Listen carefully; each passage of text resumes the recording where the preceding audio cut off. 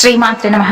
కార్తీక పౌర్ణమి పైగా బుధవారం. తప్పకుండా వినవలసినటువంటి కథ గురించి ఈ రోజు మనం తెలుసుకుందాం.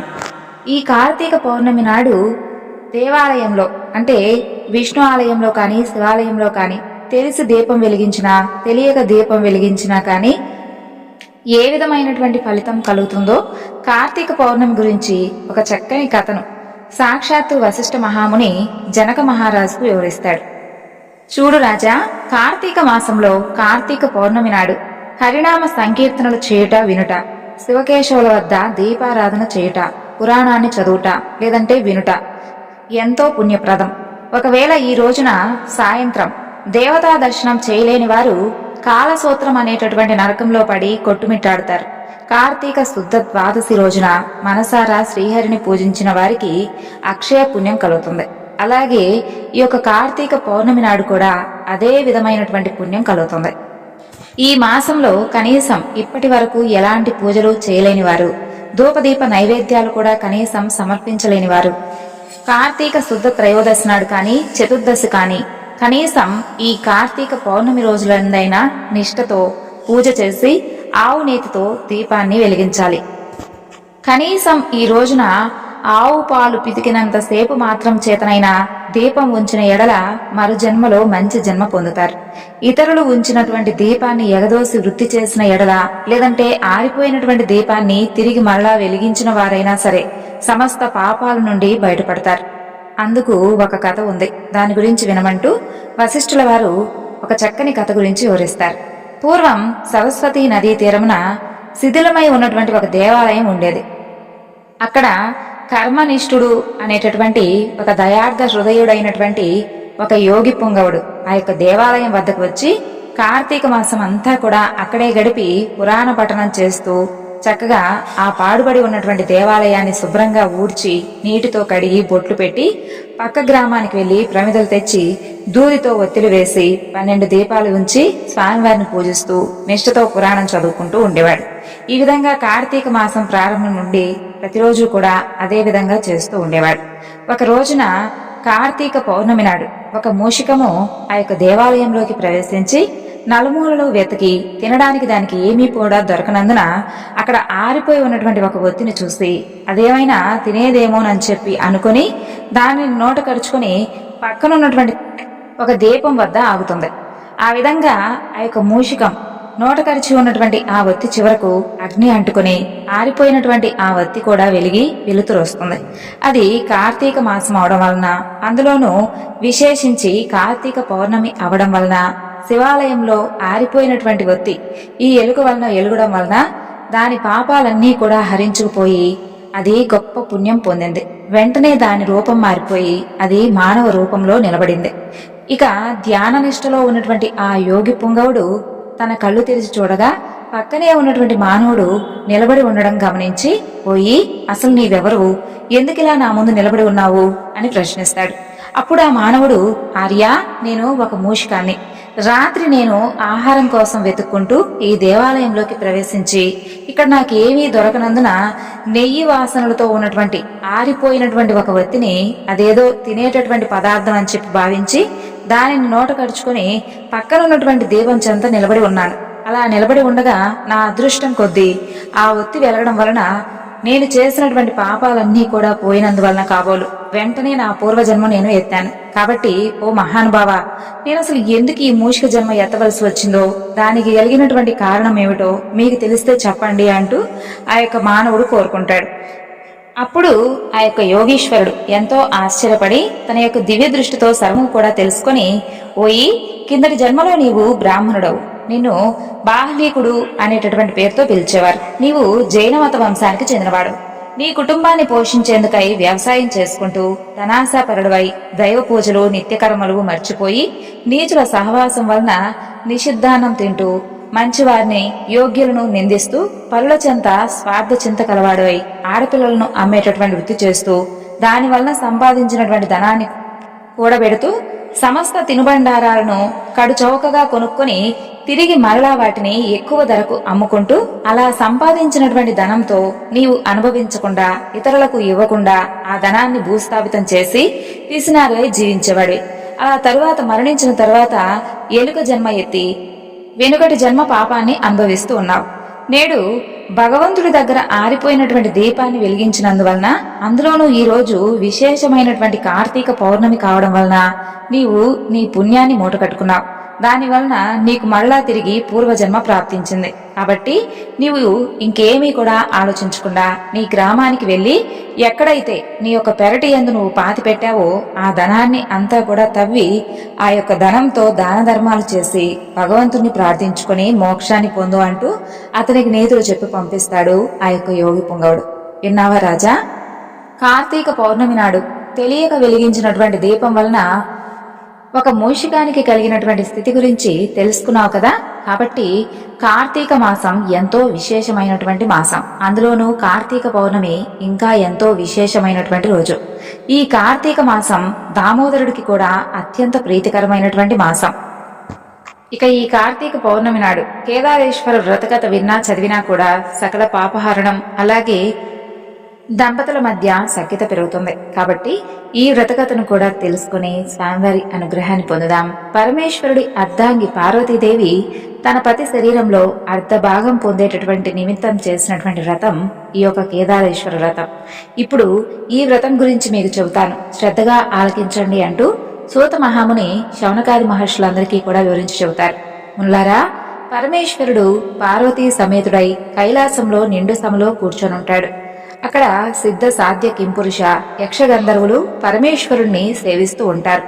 దేవముని గణాలు అలాగే పరమేశ్వరుణ్ణి స్తుతిస్తూ ఉంటారు. ఋషులు, మునులు, అగ్ని, వాయువు, వరుణుడు, సూర్యచంద్రుడు, తారలు, గ్రహాలు, ప్రమదగణాలు, కుమారస్వామి, వినాయకుడు, వీరభద్రుడు, నందీశ్వరుడు ఆ సభలో ఉపవిష్టులై ఉంటారు. అలాంటి ఆనంద కోలాహలంగా ఉన్నటువంటి ఆ యొక్క సభలో భృంగురుటి అనబడేటటువంటి ఒక శివభక్త శ్రేష్ఠుడు ఆనంద పులకితుడై నాట్యం చేస్తూ ఉంటాడు. అతను వినోద సంభరితములైనటువంటి నాట్యగతులతో అక్కడ ఉన్నటువంటి సభాసదులను అందరినీ కూడా మెప్పిస్తూ సాక్షాత్తు పరమేశ్వరుని కూడా మెప్పిస్తూ ఉంటాడు. ఇక పరమేశ్వరుడు అతన్ని అభినందించి సింహాసనంపై ఉన్నటువంటి పార్వతీదేవిని విడిచిపెట్టి ఆ సింహాసనం నుండి లేచి భృంగురుడిని తన యొక్క అమృత హస్తంతో తట్టి ఆశీర్వదిస్తాడు. అయితే అదే అదనుగా భావించినటువంటి భృంగి అలాగే మొదలైనటువంటి వంది మాగాదులు పరమేశ్వరుడికి ప్రదక్షిణం చేసి స్వామివారికి నమస్కరిస్తారు. అది గమనించినటువంటి పార్వతీదేవి భర్తను చేరి, నాదా, నన్ను విడిచి మీకు మాత్రమే వీరు ఎందుకు నమస్కరిస్తున్నారు? ఆటపాటలతో మిమ్మల్ని మెప్పించి మీ నుండి నన్ను వేరుపరిచి ఇలా ఎందుకు చేశారు అంటూ ప్రశ్నిస్తుంది.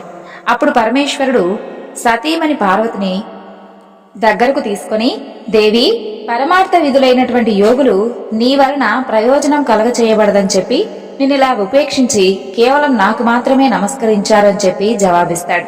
సాక్షాత్తు పరమేశ్వరుడు ఇల్లాలునై ఉండి ఆ యొక్క దండ ప్రణామాలకు నోచుకోలేనటువంటి అయోగ్యురాలున నేను అనుకుంటూ కోపగించుకొని పరమేశ్వరుడితో సమానమైనటువంటి యోగ్యతను ఆర్జించడం కోసమై తపస్సు చేయాలని చెప్పి నిశ్చయించుకుంటుంది పార్వతీదేవి. అలా కైలాసాన్ని విడిచిపెట్టి గౌతముని యొక్క ఆశ్రమానికి వస్తుంది. అక్కడ ఉన్నటువంటి ఆ ఆశ్రమవాసులందరూ కూడా ఆమెను చూసి అతిథి మర్యాదలు చేసి, తల్లి, నీవెవరు? ఎక్కడి నుండి వచ్చావు? ఎవరి దానవు? నీ రాకకు కలిగినటువంటి ఆంతర్యమేమిటి అంటూ పార్వతీదేవిని ప్రశ్నిస్తారు. వారి ప్రశ్నలకు పార్వతీదేవి ఎంతో ఆనందించి యజ్ఞ యాగాది క్రతువులచే పునీతమైనటువంటి ఈ యొక్క గౌతముని ఆశ్రమంలో నియమ నిష్ఠాగరిష్ఠులై ఉన్నటువంటి ఓ పుణ్యపురుషులారా, నేను హిమవంతుని పుత్రికను, అలాగే సాక్షాత్తు పరమేశ్వరుడు ఇల్లాల్ని, శివుని సతిగా నా నాదుడితో సమానమైనటువంటి యోగ్యతను పొందగోరి తపస్సు చేయాలని సంకల్పించుకున్నాను. అందు నిమిత్తమై మీ ఆశ్రమానికి వచ్చానని చెబుతుంది పార్వతీదేవి. కాబట్టి ఓ మహర్షులారా, నేను ఆశించినటువంటి ఫలితాన్ని పొంది పరమేశ్వరుడి అర్ధాంగినై తరించడానికి తగినటువంటి వ్రతాన్ని నాకు ఉపదేశించండి అంటూ పార్వతీదేవి వారిని కోరుకుంటుంది. అందుకు గౌతముడు, పార్వతి, నీవు కోరిన విధంగా ఒక ఉత్తమమైనటువంటి వ్రతం అయితే ఉంది. అది కేదారేశ్వర వ్రతం. నీవు ఆ వ్రతాన్ని ఆచరించి మనోభీష్ట సిద్ధిని పొందవలసిందని చెబుతాడు గౌతముడు. ఆ విధంగా వ్రత విధానం గురించి వివరించమంటూ పార్వతీదేవి గౌతముణ్ణి కోరుకుంటుంది. జగజ్జనని, ఈ వ్రతాన్ని శుచిగా స్నానాదులను ఆచరించి నిర్మలమైనటువంటి మనసుతో మంగళకరమైనటువంటి ఏకవింశతి దారంతో చేతికి తోరమును ధరించి షోడశోపచార విధులతో పూజను నిర్వహించి ఆ రోజు ఉపవాసం ఉండాలి. మర్నాడు విప్రులకు భోజనం పెట్టి ఆ తరువాత ఆహారాన్ని తీసుకోవాలి. ఇలా వ్రతాన్ని ఆరంభించిన రోజు నుండి అమావాస్య వరకు పూజాక్రమంతో కేదారేశ్వరుణ్ణి ఆరాధించాలి. ఇంకా ధాన్యరాశిని పోసి అందులో పూర్ణ కుంభాన్ని ఉంచి 21 పర్యాయములు సూత్రమును చుట్టి పట్టు వస్త్రంతో దానిని కప్పి ఉంచి నవరత్నాలతో కాని సువర్ణంతో కాని ఉంచి గంధ పుష్పాక్షతాలతో పూజించాలి. దేవి 21 మంది బ్రాహ్మణులను రప్పించి వారి పాదాలను కడిగి కూర్చోబెట్టి యథావిధిగా ధూపదీప గంధ పుష్పాక్షతలతో పూజించి పక్షభోద్య నైవేద్యాలను కదలీ ఫలాలను పనసలను ఆరగింపజేసి తాంబూల దక్షిణాదులనిచ్చి వారిని తృప్తిపరచాలి. ఈ విధంగా వ్రతమాచరిస్తే వారిని పరమేశ్వరుడు అనుగ్రహించి వారి యొక్క మనోభీష్ట సిద్ధిని తప్పకుండా కలగజేస్తాడని గౌతమ మహాముని పార్వతీదేవికి వివరిస్తాడు.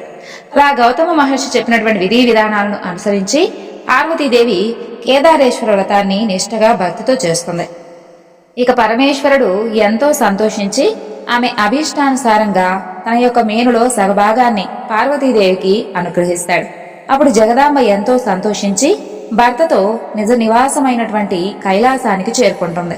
అలా కొంతకాలానికి శివభక్తపరాయణుడైనటువంటి ఒక చిత్రాంగదుడు అనేటటువంటి గంధర్వుడు నందికేశ్వరుడి వలన కేదారేశ్వర వ్రతాన్ని దాని యొక్క మహత్తును విన్నవాడై దీనిని మానవ లోకానికి తీసుకుని వెళ్లి ప్రతి ఒక్కరికి కూడా తెలియజేయాలి అని చెప్పి దివి నుండి భూమికి చేరుకుని ఉజ్జయిని నగరంలో ప్రవేశించి ఆ నగరాన్ని పరిపాలిస్తున్నటువంటి రాజు అయినటువంటి వజ్రదంతుడికి కేదార వ్రత విధానం గురించి అంతా కూడా వివరించి చెబుతాడు. వజ్రదంతుడు ఆ యొక్క వ్రతాన్ని ఆచరించి శివానుగ్రహంతో సార్వభౌముడవుతాడు. ఆ తరువాత ఉజ్జయిని నగరంలో ఉన్నటువంటి ఒక వైశ్యుడికి పుణ్యవతి భాగ్యవతి అని 2 కుమార్తెలు ఉంటారు.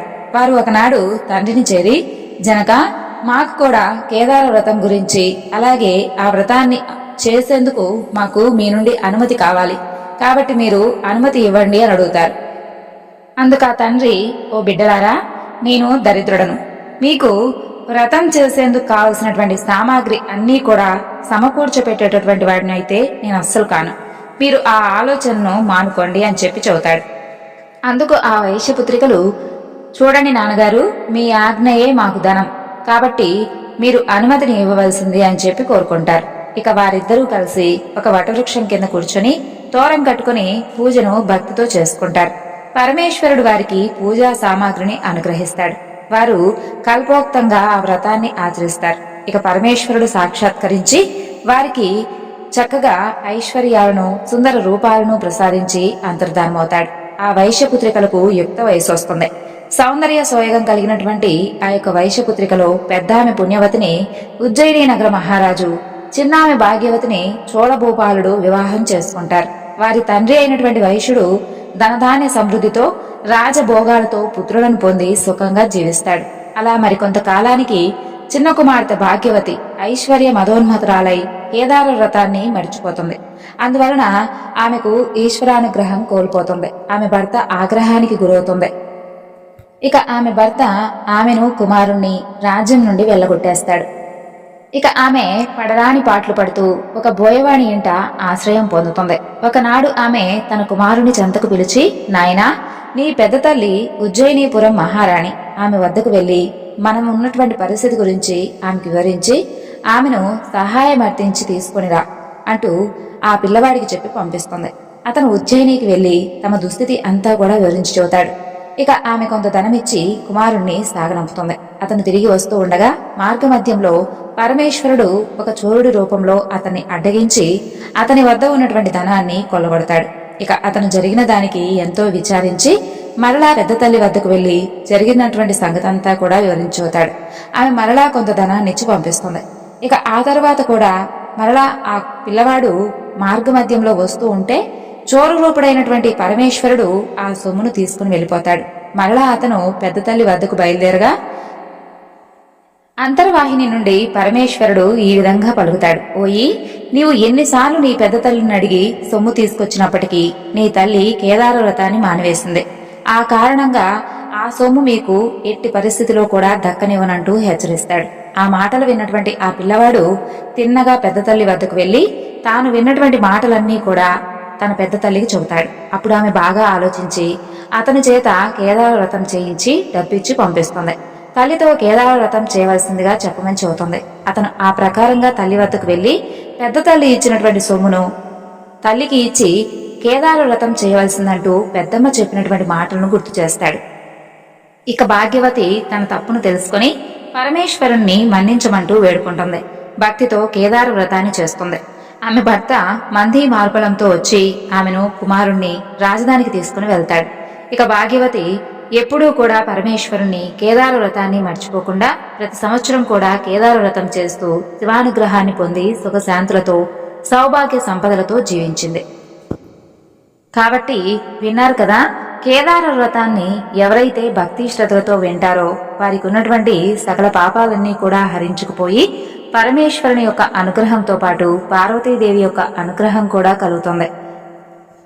శివకేశవులకు ఎంతో ప్రీతికరమైనటువంటి ఈ కార్తీక పౌర్ణమి వేళ పరమ పవిత్రమైనటువంటి భక్తి శ్రద్ధతో వినవలసినటువంటి ఒక కథ గురించి తెలుసుకుందాం. సాధారణంగా మనం శివాలయానికి వెళ్ళినప్పుడు మన గోత్రనామాలు అలాగే మన కోరికలన్నీ కూడా శివయ్య కంటే ముందుగా నంది చెవులో చెప్పుకుంటాం. అలాగే పండరీపురంలో పాండురంగ భట్రుడి యొక్క సన్నిధికి వెళ్ళినప్పుడు స్వామిని దర్శించుకునే ముందు చోకమేలుడికి మన కోరికలు చెప్పుకోవాలని చెబుతారు. అసలు ఇంతకీ ఎవరు ఈ చోకమేలుడు? ఈ విషయం గురించే తెలుసుకుందాం. విఠలుని పరమభక్తుడు చోకమేలుడు. ఆయన భక్తికి ఎలాంటి జాతి కుల మతాలు భేదాలు ఏమాత్రం లేవని, భక్తుడికి భగవంతుడికి ఎలాంటి అడ్డంకులు ఉండవని, భగవంతుడి నుండి భక్తుణ్ణి ఎవ్వరూ కూడా వేరు చేయలేరని 1000 సంవత్సరాల కిందటే రుజువు చేసినటువంటి గొప్ప మహానుభావుడు ఈ చోకమేళ. తన భక్తితో స్వామి పట్ల ఉన్నటువంటి ఆర్తితో భక్తులకు ఆ విఠలుడికి వారధిగా నిలబడ్డాడు. చోకమేళ పండరీపురానికి సమీపంలో ఉన్నటువంటి మంగళవేద అనే ప్రాంతంలో తన భార్య సోయర, కొడుకు కర్మమేళాతో నివసిస్తూ ఉండేవాడు. చోకమేళ నిమ్న జాతికి చెందినటువంటి వ్యక్తి. అగ్రవర్ణాల వారికి చెందినటువంటి తోటలు పంటలకు కాపలా కాయడం, వారికి చెందినటువంటి పనులు చేయడం చేస్తూ ఉండేవాడు. ఆ కాలంలో నిమ్న జాతీయుల యొక్క పరిస్థితి ఎలా ఉండేదో, వారి జీవనం ఎంత దుర్భరంగా ఉండేదో మనం చాలా పుస్తకాల్లో కూడా చదువుకున్నాం, పెద్దల చెప్పగా విన్నాం. అందుకే అప్పటి నిమ్న జాతీయుల యొక్క పరిస్థితికి అనుగుణంగానే ఊరికి దూరంగా నివాసం ఏర్పరచుకుని ఉండేవాడు చోకమేళ. అప్పట్లో అంటరాని కులంగా అతి నిమ్న జాతిగా భావించబడినటువంటి మహర్ దళిత కులానికి చెందినవాడు కావడం వలన చోకమేళ ఎన్నో బాధలు పడవలసి వచ్చింది.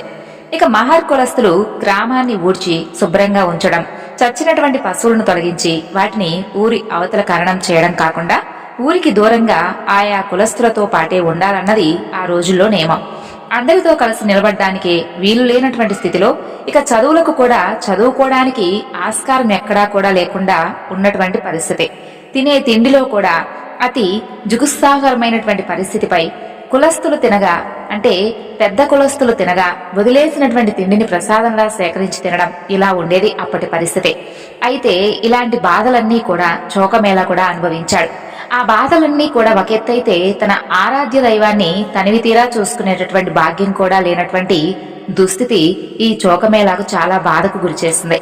అయితే చోకమేళ ఒకనాడు పండరీపురం వచ్చినప్పుడు విఠలుని యొక్క పరమభక్తుడు సంత్ నామదేవు యొక్క బోధనలు విన్నాడు.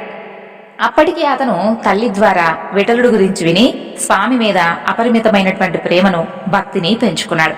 ఇప్పుడిలా పండరీపురంలో నామదేవుడి యొక్క బోధనలు విన్నాడు. ఆ బోధనలు చోకమేళ మీద చాలా ప్రభావాన్ని చూపించాయి. అతన్ని గురువుగా స్వీకరించి పాండురంగ విఠలుడికి భక్తుడిగా మారిపోతాడు. ఇక చోకమేళ ఆ తరువాత తన స్వామికి చేరువుగా ఉండాలనేటటువంటి కోరికతో తన భార్యాపుత్రుడితో పండరీపురానికి నివాసం మార్చుకున్నాడు. ఎక్కడ ఉన్నా కూడా ఆ రోజుల్లో మహర్ కులస్తుల యొక్క పరిస్థితి ఒకే విధంగా ఉండేది.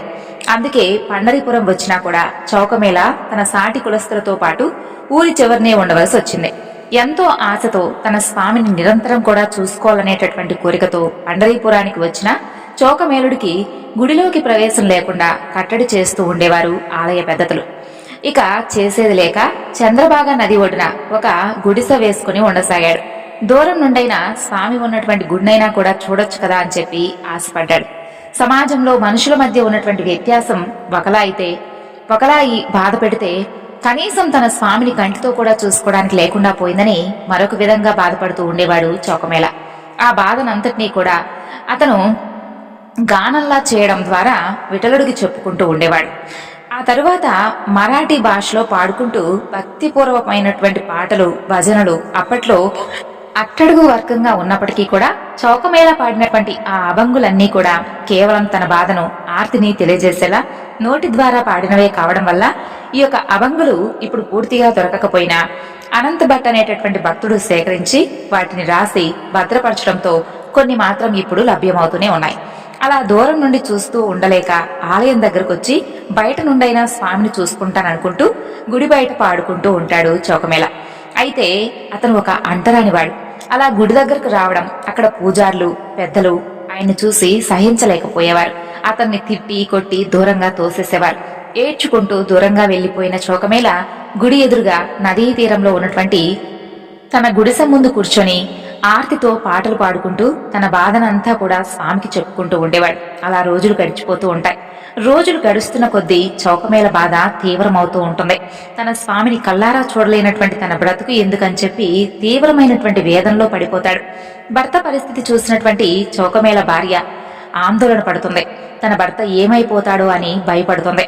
ఇక తన యొక్క భక్తుడి ఆర్తితో పాడినటువంటి పాటకు పాండురంగడి హృదయం ద్రవించుకుపోయింది. ఆ తరువాత స్వామివారు అతని యొక్క దురావస్థకు బాధపడుతూ చంద్రభాగా నదీ తీరంలో పాటలు పాడుకుంటూ ఉన్నటువంటి ఆ చౌకమేళ కోసం తానే గర్భగుడి నుండి కదిలాడు విఠలుడు. ఆ రోజు చంద్రభాగా తీరంలో తన గుడిసె ముందు అరుగుపై కూర్చొని పాటలు పాడుకుంటూ తన పని చేసుకుంటూ ఉంటాడు చౌకమేళ. సరిగ్గా అప్పుడే తన భక్తుడి కోసం తన స్థానం నుండి కదిలాడు పాండురంగడు. నెమ్మదిగా నదీ తీరం వైపు సాగిపోతూ ఉన్నాడు. చౌకమేళ ఎదురుగా నిలబడ్డాడు. హఠాత్తుగా తన ఎదురుగా నిలబడినటువంటి తన స్వామిని చూసి నిర్ఘాంతపోయాడు. కంగారు పడిపోయాడు. స్వామి, స్వామి, నా కోసం కదిలి వచ్చావా? ఈ అంటరాని వాడి కోసం, ఈ దీనుడి కోసం నువ్వే వచ్చావా అంటూ అతను స్వామివారి కాళ్ల మీద పడిపోతాడు. ఇక చౌకమేళ, నేనే వచ్చాను, లేవయ్యా లే. నేను ఈ భూమి మీద అవతరించింది నీలాంటి వారి కోసమే. మరి అలాంటి నువ్వు నాకు దూరంగా ఉంటే ఇక నా సన్నిధిలో నాకు అసలు ఏంటి గుర్తింపు? రావయ్యా రా, నీతో చాలా మాట్లాడాలి, ముచ్చటించాలి అని చెయ్యి చాపి మరి తనతో తీసుకుపోతాడు. గుడి తలుపులు తీయకుండానే గర్భగుడిలోకి తీసుకెళ్తాడు. ఇక పాండురంగుడు ఆ విధంగా తీసుకువెళ్లడాన్ని చౌకమేళ అలా చూస్తూ ఆశ్చర్యపడిపోతూ ఎక్కడ కళ్ళు మూస్తే మరలా స్వామిని చూడలేకపోతానని చెప్పి కంటి రెప్పను కూడా ఆర్పకుండా అలాగే స్వామి పాదాల మీద చతికిలపడి అలా స్వామిని ప్రార్థిస్తూ ఉంటాడు. ఇద్దరూ కూడా ముచ్చట్లో మునిగిపోతూ ఉంటారు. తెల్లవారుతుంది. గుడిని తెరిచేటటువంటి సన్నాహాలు చేస్తూ ఉంటారు పూజారులు. అంతలోనే వారికి లోపల నుండి మాటలు వినిపిస్తూ ఉంటాయి. పూజారులు భయపడిపోతూ ఉంటారు. వేసినటువంటి తాళాలు వేసినట్టే ఉన్నాయి, లోపల ఎవరో ఉన్నారే, మాటలు వినిపిస్తున్నాయి, ఏమిటి విచిత్రం, ఎవరైనా దొంగలు లోపలికి ప్రవేశించారా అని ఆలోచనలో పడిపోతారు పూజారులు. చూస్తే వేసినటువంటి తలుపులు వేసినట్టే ఉంటాయి, తాళాలు కూడా వేసే ఉంటాయి. మరి లోపలికి ఎవరు వెళ్లారు, ఎందుకు వెళ్లారు, ఇలా అనుకుంటూ కంగారు పడిపోయి భయపడిపోతారు పూజారులు. గబగబా తలుపులు తెరిచి చూస్తారు. లోపల చౌకమేళ ఉంటాడు. అతన్ని చూసి బగ్గుమంటారు. కోపంతో రగిలిపోతారు. ఎంత ఘోరం చేశావురా, అసలు ఆలయంలోకి రాకూడదంటే ఏకంగా నువ్వు గర్భగుడిలోకి వస్తావా? స్వామి విగ్రహాన్నే తాకుతూ కూర్చుంటావా? ఎంత ధైర్యం, ఎంత ఘోరం, దొంగతనం చేయడానికి ఏమైనా వచ్చావా? అసలు లోపలికి ఎలా వచ్చావురా అంటూ ఆ పూజారులు ఎగిరిపడతారు. ఇక చౌకమేళ ఆయన మీద పడినటువంటి ఆరోపణలకు వణికిపోతాడు. గజగజ వణుకుతూ, లేదయ్యా లేదు, ఇదిగో ఈ పాండురంగుడే నన్ను స్వయంగా తీసుకొచ్చాడు, ఇదిగో చూడండి, స్వామి నాతో మాట్లాడుతున్నాడు అని అంటాడు చౌకమేళ. ఏంటి, స్వామి నీతో మాట్లాడుతున్నాడా? ఏది, ఎక్కడ ఎక్కడ వినిపించట్లేదే, ఎక్కడ కనిపించట్లేదే అంటూ గద్దిస్తారు పూజారులు. అక్కడ చూస్తే వారికి చౌకమేళ ఒక్కడే కనిపిస్తూ ఉంటాడు. కానీ అతనికి మాత్రం స్వామివారు సజీవంగా కనిపిస్తూనే ఉంటాడు. ఆ పూజారులకు మాత్రం అక్కడ స్వామి విగ్రహం తప్ప, చౌకమేళ తప్ప మరెవ్వరూ కనిపించరు.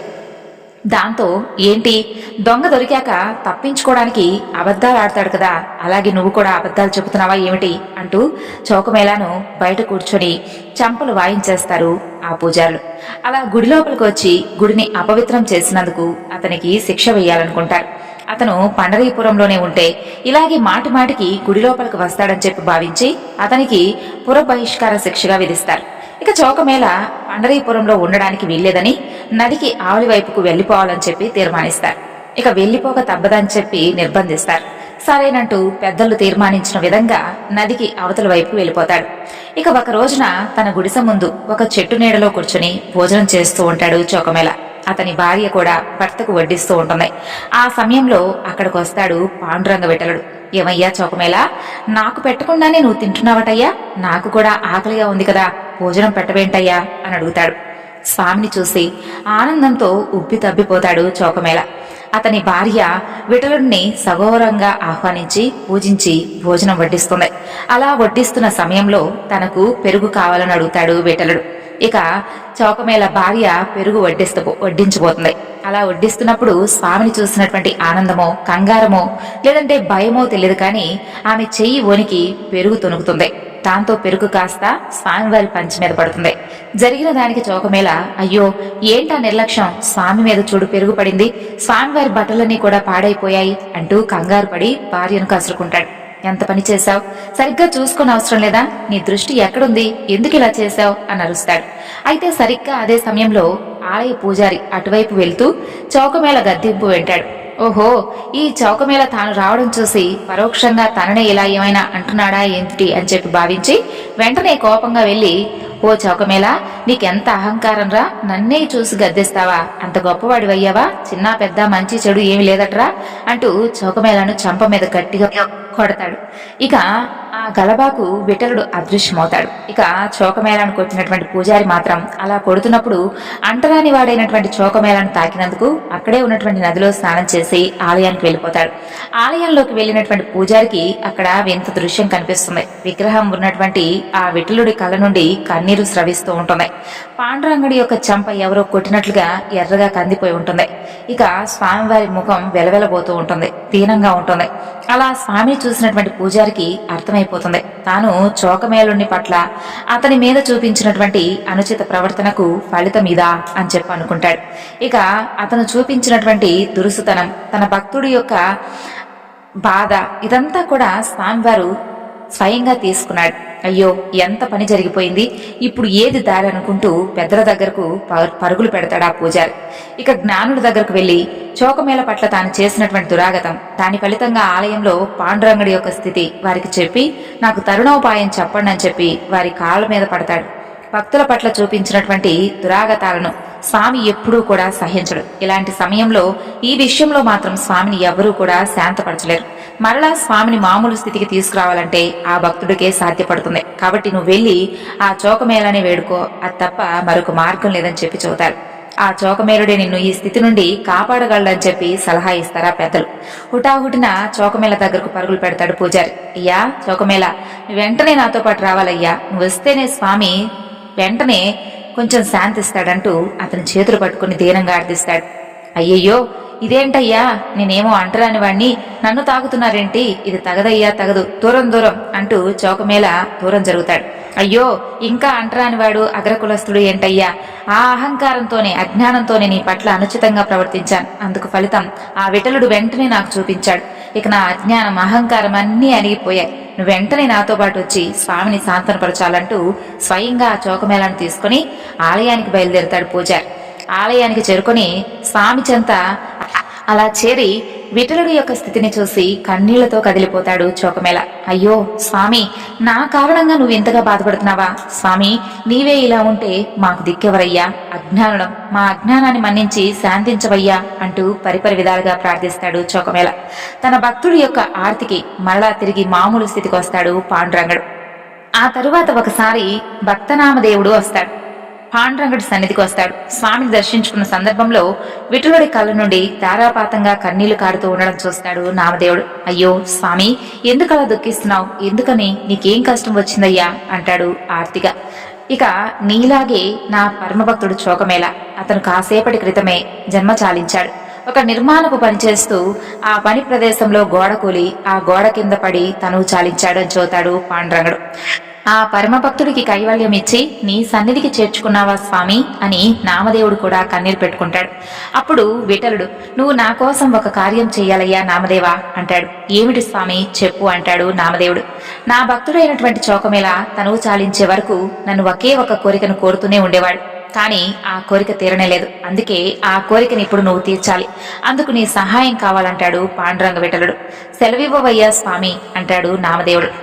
అప్పుడు స్వామివారు చోకమేళ ఎప్పుడూ కూడా మరణానంతరం తన శరీరం నా మందిరం ఎదుటే సమాధి కావాలి అని చెప్పి కోరుకునేవాడు. కానీ అతని కోరిక తీరనేలేదు. అక్కడ నిర్మాణపు పనిలో గోడ కింద పడి మరణించిన వారందరితో పాటు చోకమేళ శరీరం కూడా కలిపి అంత్యక్రియలు జరిపించేశారు.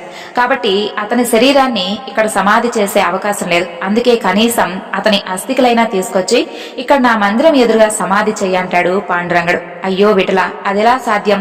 అందరితో కలిపి ఉత్తర క్రియలు జరిగినప్పుడు అక్కడ అంతమంది శరీరాలను దహనం చేసినప్పుడు నేను ప్రత్యేకంగా చోకమేళ అస్థికలను ఎలా తేగలను అంటాడు నామదేవుడు. అదంత కష్టమేం కాదు నామదేవా, నీకొక ఉపాయం చెబుతాను విను అంటూ చెప్పటం మొదలు పెడతాడు విఠలుడు. నామదేవా, చోకమేళ నిరంతరం సర్వకాల సర్వావస్థల్లోనూ నా నామ జపం మానడు. అతను శరీరంతో ఉన్నప్పుడే కాదు, మరణించిన తరువాత అతని అస్థికలు కూడా నా నామాన్నే జపిస్తాయి. అందుకే నీవు ఆ దహన సంస్కారాలు జరిగిన దగ్గరకు వెళ్లి ఆ ఎముకల దగ్గర చెవి పెట్టి విను. ఏ ఎముకల నుండైతే విఠలా విఠలా అని వినిపిస్తుందో ఆ అస్థికలే చోకమేళ అస్థికలు. వాటిని తీసుకొచ్చి ఇక్కడ సమాధి చెయ్యి. అలా అతని కోరిక తీరుతుందని చెబుతాడు పాండురంగడు. సరేనని వెళ్ళినటువంటి నామదేవుడు అక్కడికి వెళ్లి చూడగా ఎముకల నుండి విఠలా విఠలా అనే నామజపం వినిపిస్తుంది. దాంతో ఆ అస్థికలను తీసుకొచ్చి స్వామి మందిరం ఎదురుగా సమాధి చేశాడు నామదేవుడు. అంతటి పరమభక్తుడు విఠలుడికి ప్రీతిపాత్రుడు పాండురంగడికే ఆహారం పెట్టినవాడు చోకమేలుడు. అందుకే స్వామి సన్నిధిలో చోకమేలుడికి అంత ప్రాధాన్యత. ఇప్పటికీ కూడా ఆ భక్తుడి సమాధిని దర్శించి ఆ తరువాతే విఠలుడిని దర్శించుకుంటారు భక్తులు. ఇక ప్రధాన మందిరంలో స్వామిని చూసి పరవశించినటువంటి జనులు ఉండరు. అంత శోభాయమానంగా వెలిగిపోతూ ఉంటాడు పాండురంగడు. ఆ స్వామి శోభ ఎంత కన్నుల పండుగగా ఉంటుందో ఎంత వర్ణించినా కానీ అది తనివి తీరదు. మరి ఈ రోజు పరమ పవిత్రమైనటువంటి మంచి కథలను విన్నారు కదండి. మరొక వీడియోలో కలుసుకుందాం. అందరికి నమస్కారం. సర్వం శ్రీ లలితార్పణమస్తు. స్వస్తి.